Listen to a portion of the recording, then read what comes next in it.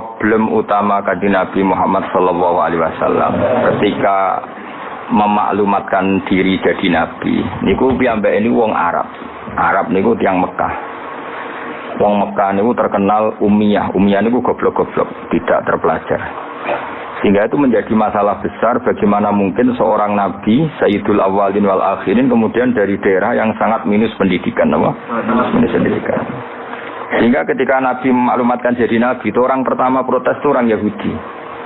Makanya masyhur, andai kan Muhammad itu nabi dan ada nabi akhir zaman, pastilah kita. Cara pikiran Yahudi pastilah kita. Karena orang Yahudi kita tahu Yahuda bin Yakub bin Ishak bin Ibrahim. Meneng-meneng napa? Yahuda bin Yakub bin Ishak bin Ibrahim. Lah Yahuda niki dulur barpe Nabi Yusuf, sinten? Dulur barpe Nabi Yusuf.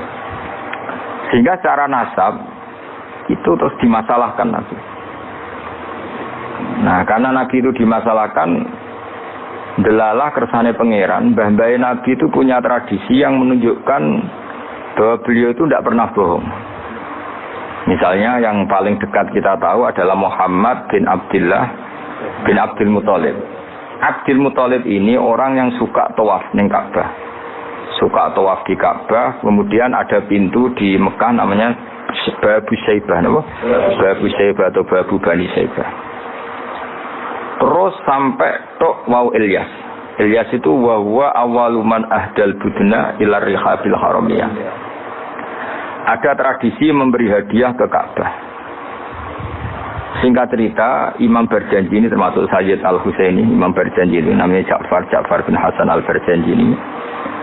Beliau berpendapat atau memaklumatkan ulang bahwa Muhammad jadi nabi ku wajar. Mergo hakikate Muhammad adalah turunan Nabi Ibrahim alaihi salam.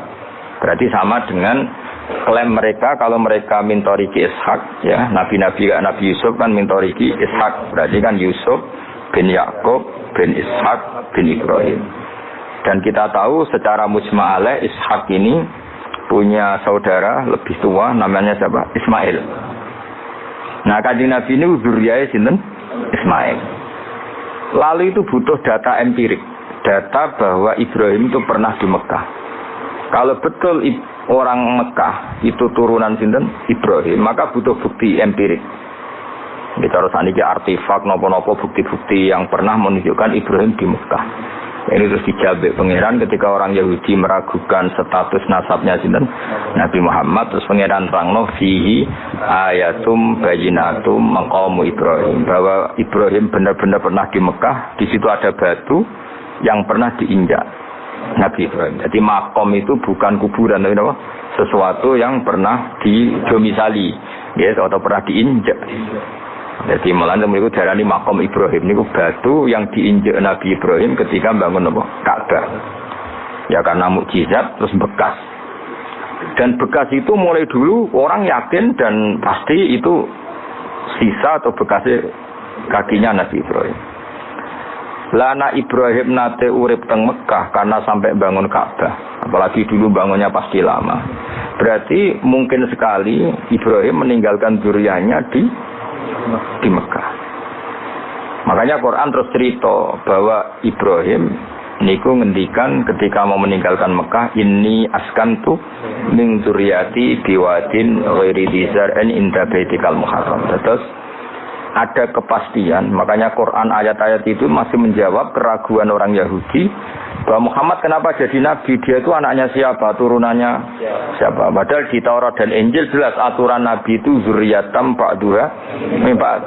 Enggak boleh nabi turunannya Parlan itu tidak boleh, turunannya Karmen itu tidak boleh, ribet. Apa? Ribet. Nabi itu harus turunan nabi. Bukan karena Allah itu asobiah, enggak. Masyarakat itu lebih ikhlas. Misalnya nabi turunannya nabi, bayi nabi hormat kan enak, bapaknya soleh, bayi soleh, buyute soleh. Misalnya nabi sebagai Karmen katokan cekak kan juga bingung.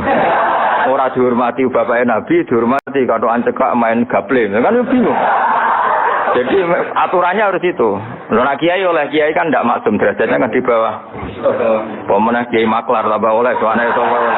Ini masalah nabi apa? Orang yang spesial. Itu harus bapaknya spesial, mbahnya spesial, buyutnya spesial. Nah. Sehingga aturan jadi nabi itu memang harus zuriyatam ba'duham. Kalau kiai boleh.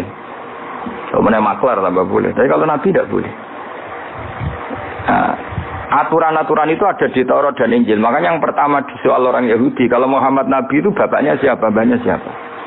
Dan Sayyid Barjanji ini yang ngarang Barjanji itu kitab yang sangat ilmiah. Makanya kata Mbah Mun, meskipun ada simtud duror, orang itu nggak boleh meninggalkan Barjanji. Karena kitab madaih yang mamlu'ah bil ilmi itu Barjanji. Tapi yang isek itu simtud duror, ya. Tapi yang tua itu Barjanji. Sallallahu Rabbuna